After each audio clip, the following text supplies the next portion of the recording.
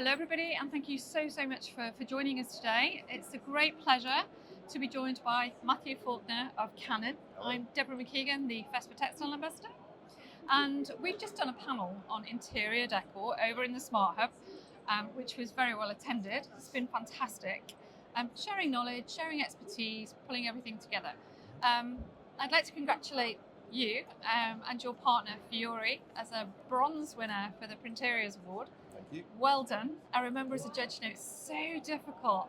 You dive into all of these technologies. We want everybody to be a winner, but a bronze is a really great accomplishment. Absolutely. So congratulations. Thank so you. I think it would be really nice. We're here. So let's talk about the surfaces in this room, because I think within any interior, there are so many surfaces. And both the Canon Arizona and the Colorado have been utilised in this space. Can we talk about that by surface, really, and the value that it brings and the opportunities it brings to the marketplace? Yeah, of course. I think to set the scene, Fiori is a real business outside Oslo in Norway. They're a florist store, and they took a brave decision to close their store for a few weeks to completely regenerate it with print. Okay. And I think what made this really successful was it was a very close collaboration between Fiori themselves as a very creative client, between the creative agency, a company called Texas, and a creative print service provider called PS Press. Fantastic. And to me, it's the finest example of when a creative and a printer who can inspire with what is possible with print works together with the client to come to a result like this, that for Fiori, they now see that people spend more time in store and they spend more money. So as well as it being a beautiful environment, it's clearly a nice place to be and a nice place to look at products and to make purchases. It's great, isn't it, to get creatives into the materials and the machinery, because they really push boundaries. Exactly. And they question some things with the application specialists, like, oh, well, if you can do that, could you do this? If I give you this material, do you think you could do that with it? Could you build it to here? It pushes. It's just so educational. It's a win-win in all directions, isn't it? You learn more about the customer, and for R&D for future projects as well. And you get the best out of both. Now, you've got different functionality on both the Arizona and the Colorado. So perhaps we could use this interior to explain what that is and what the benefits are. Of course. So our Colorado device is what we call UV gel, which is a roll-to-roll printer. So typically for producing, wallpaper and other roll-to-roll materials, and that was deployed throughout the installation. The Arizona is a UV flatbed printer, so any of the flat architectural panels or surfaces would be printed. So for the Arizona, we produced the printed mirrors, the stained glass effects. We produced the cards that have gone in to decorate the store as well.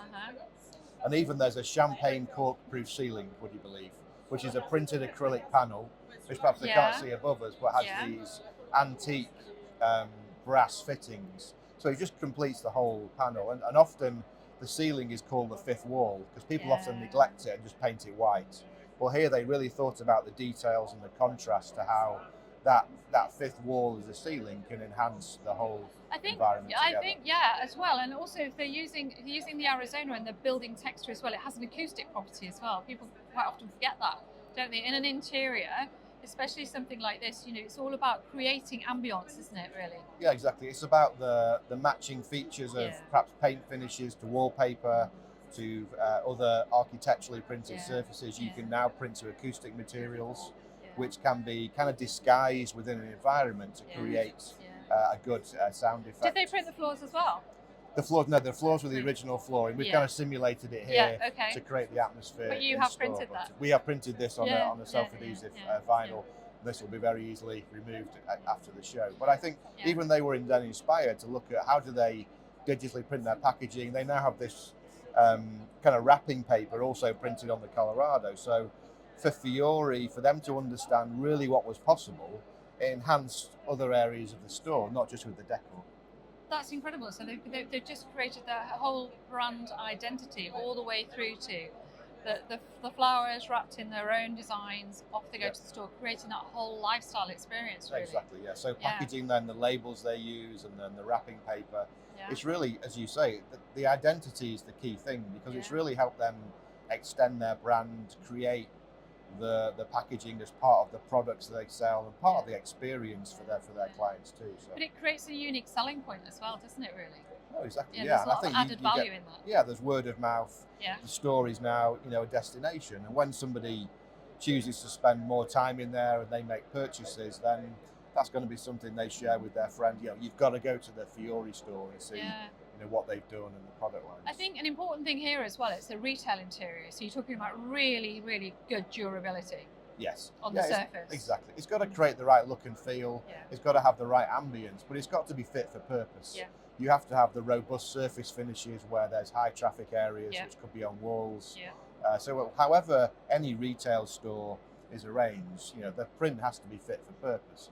But as well, there might be a time where they change to a different kind of look and feel for a different season. They might choose to refresh parts of the printed elements. So you've got to be able to have an environment that's adaptable and sustainable. So to be able to remove the materials without damage to the surfaces, to be able to then easily replace them. And I think this is in line then with some of the trends around sustainability and adaptability is about how are we using a space so it can be adapted in simple and sustainable ways. Yeah.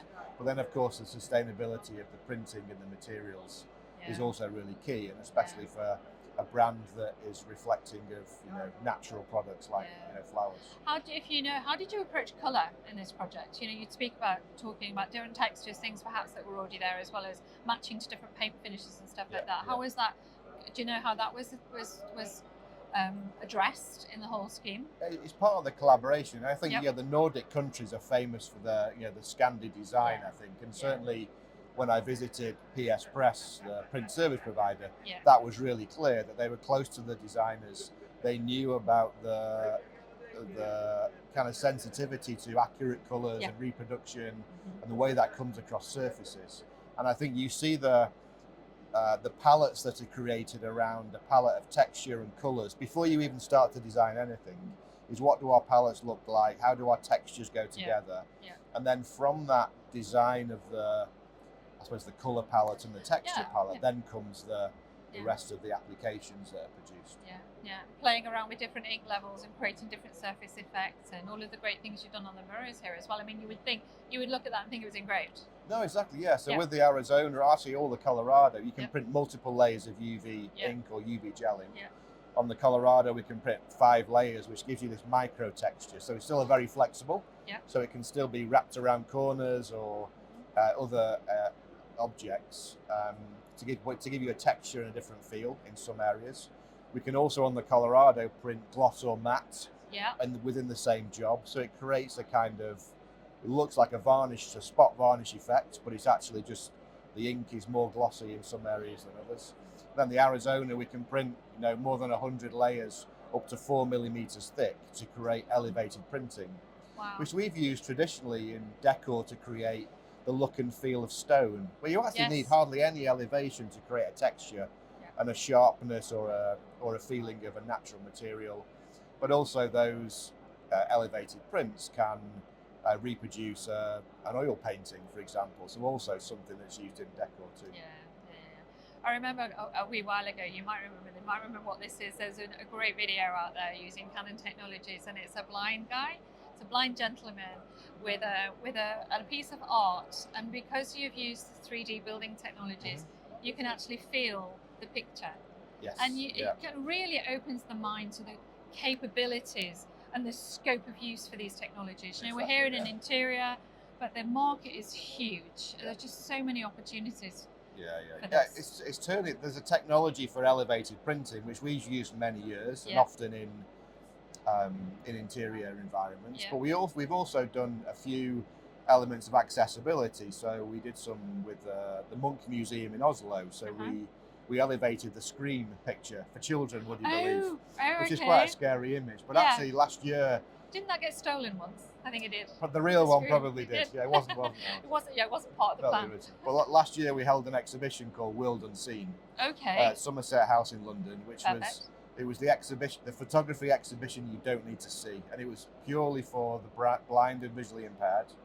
And we used that. So the film you've probably seen is from the World Unseen. It. So. It was so emotional. It's just shows how print can actually engage people, and that is just it's just mind blowing, really, the capabilities. print's an amazing communicator. So when we use the power to move theme on our stand, it's really about the power of print to move people emotionally.